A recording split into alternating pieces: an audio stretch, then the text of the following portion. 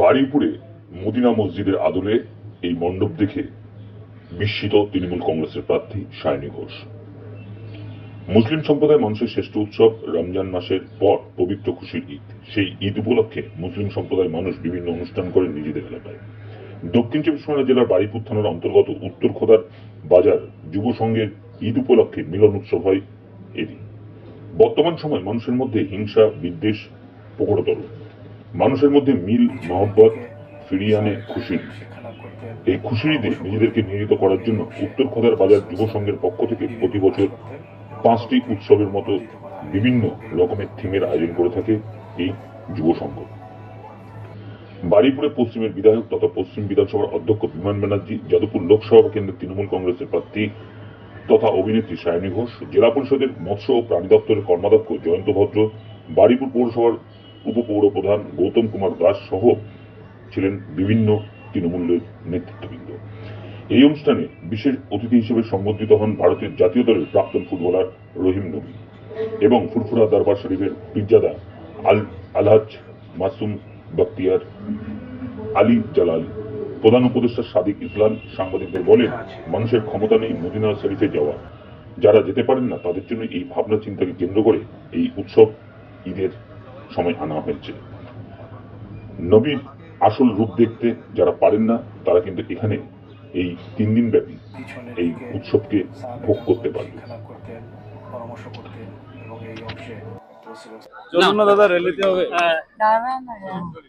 ঈদে আজকে আপনি আসলেন, কেমন লাগলো? খুব ভালো লাগলো। বার্তা দিচ্ছেন? স্বতঃস্ফূর্ত ভাবে এসেছি এখানে, মানুষের অত্যন্ত ভালোবাসা চোখে পড়ছে। বার্তা শান্তির, বার্তা সম্প্রীতির বজায় রাখার পশ্চিমবঙ্গের মাটি। এখানে আমরা সব ধর্মের উদ্যোগে মানুষের জন্য থাকি, কাজে যেখানেই যাই সেখানে যেন শান্তি সম্প্রীতির বজায় থাকে, এটাই চাই। ইলেকশনের প্রচার কিরকম চলছে? খুব ভালো, আজকে 30 দিন অলমোস্ট কমপ্লিট হয়ে গেল এবং খুব ভালো লাগছে, মানুষের সাড়া পাওয়া যাচ্ছে খুব ইতিবাচক। আশা করছি যে আমাদের দলীয় জায়গা থেকে বা মমতা বন্দ্যোপাধ্যায়কে যেরকম ভাবে যাদবপুরের মানুষ আশীর্বাদ করেছেন আমাকেও করবেন। আমরা শান্তিপূর্ণভাবে পালন করি, ঈদও আমাদের শান্তিপূর্ণভাবে হবে, এটা আমরা প্রত্যাশা করি। চলো, দর্শকদের আমরা বার্তা দিতে চাই, দীর্ঘ 1 বছর আমরা অপেক্ষা করে থাকি এই ঈদ উৎসবের জন্য। ঈদ উৎসবে আমাদের যুব সংঘের 45তম বর্ষের এটা মিলন উৎসব। এই মিলন উৎসবে আমরা এবারে একটি ভাবনা করেছিলাম, যে ভাবনাটা আমাদের প্রত্যেকের মধ্যে দিয়ে এসেছে মদিনা শরীফ। যে মদিনা শরীফ মুসলিমদের একটা তীর্থস্থান, খুবই পবিত্র জায়গা। সমস্ত জায়গার দর্শকরা আসুক, এসে এই মদিনা শরীফ দেখুক, দেখে তারাও উদ্বুদ্ধ যে তারাও তাদের এলাকায় এইভাবে আমাদের মতো প্রতিটা অঞ্চলে থিম করার জন্য এগিয়ে যায়। এই অনুষ্ঠানটা শুরু হবে দিন থেকে। রাস্তাটা একটু ফাঁকা করুন, গাড়িগুলো বার হতে। সাংবাদিক বন্ধু যারা এসেছেন আপনারা ঈদের দিন থেকে 15 এপ্রিল পর্যন্ত আমরা চালনা করব। যদি তারপরে আমরা দেখি তাহলে কিন্তু আমরা আরো এক্সটেন্ড করতে পারি, ঠিক আছে?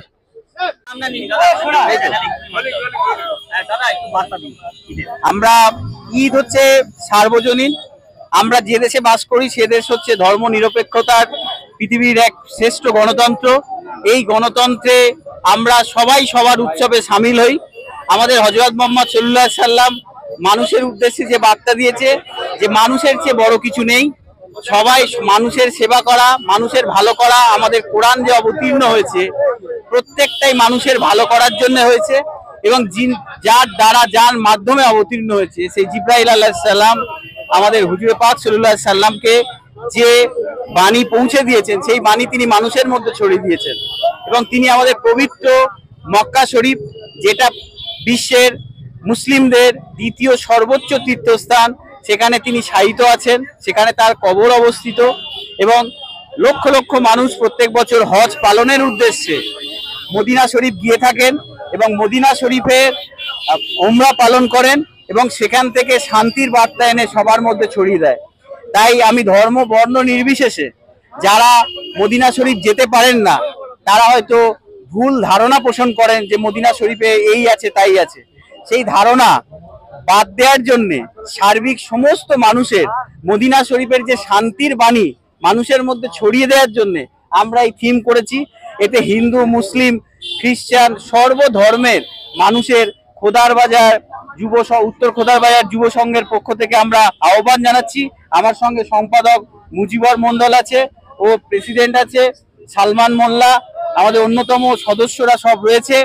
সবাইকে আমরা একজোট হয়ে দীর্ঘ 1 মাস পরিশ্রম করে রাতের ঘুম বন্ধ করে আমরা করেছি, যাতে আমাদের হিন্দু মুসলিমের ভ্রাতৃত্বের বন্ধন অটুট থাকে এবং সমস্ত সম্প্রদায়ের মানুষ এখানে এসে উপস্থিত হয়ে তারা এই ঈদকে সার্বজনীন করে তোলে এবং সবাই যেন আনন্দ উপভোগ করে এবং ঈদের মাধ্যমে তারা পরস্পর সৌভ্রাতৃত্ব গড়ে ওঠে। এটাই আমাদের সংঘের মূল উদ্দেশ্য। আমি সংঘের প্রধান উপদেষ্টা সাদিক ইসলাম আপনাদের সঙ্গে রয়েছে। বিশ্বনবী মুহাম্মদ মুস্তাফা সাল্লাল্লাহু আলাইহি ওয়াসাল্লামের আদর্শিত তার নীতি আদর্শই আমরা আদর্শিত হই। একটা রমজানুল মোবারককে যেভাবে আমরা একটা সূচির মাধ্যম দিয়ে একটা রুটিনের মাধ্যম দিয়ে আমরা প্রায় শেষের দিকে এনে ফেলেছি, স্রষ্টা তিনি করিয়ে নিয়েছেন। তাই তার কাছে আমরা সকলেই এই প্রার্থনা করব যে এমনই সূচির মধ্যে দিয়ে রমজানে যেভাবে আমরা রোজাগুলোকে পালন করেছি একটা সূচির মাধ্যম দিয়ে, আমরা এই সূচিটাকে রুচির মধ্যে এনে আগামী দিনে আগামী 11 মাস এবং বাকি জীবন যতদিন আমরা দুনিয়ার মধ্যে থাকব, এই ধরাধামের মধ্যে থাকব, এমনই আমরা সূচির মধ্যে থেকে শান্তি শৃঙ্খলার সঙ্গে আমরা জীবনযাপন করি। স্রষ্টা মহান, তিনি খুশি হোক আমাদের কর্মে এবং তার কাছে প্রার্থনা করি তিনি আমাদের সুস্থ রাখুন, সবল রাখুন, সুকর্মের কর্মী হিসাবে গণ্য করুন। বলুন আমিন। পিছনের দিকে সাহাবে কেরামগণ শিক্ষা লাভ করতেন, পরামর্শ করতেন এবং এই অংশে রাসূল ইসলামের বিবিগণ বাস করতেন এবং পরবর্তী একটু বর্ধিত করা হয় এই বিবিধ জায়গাগুলো।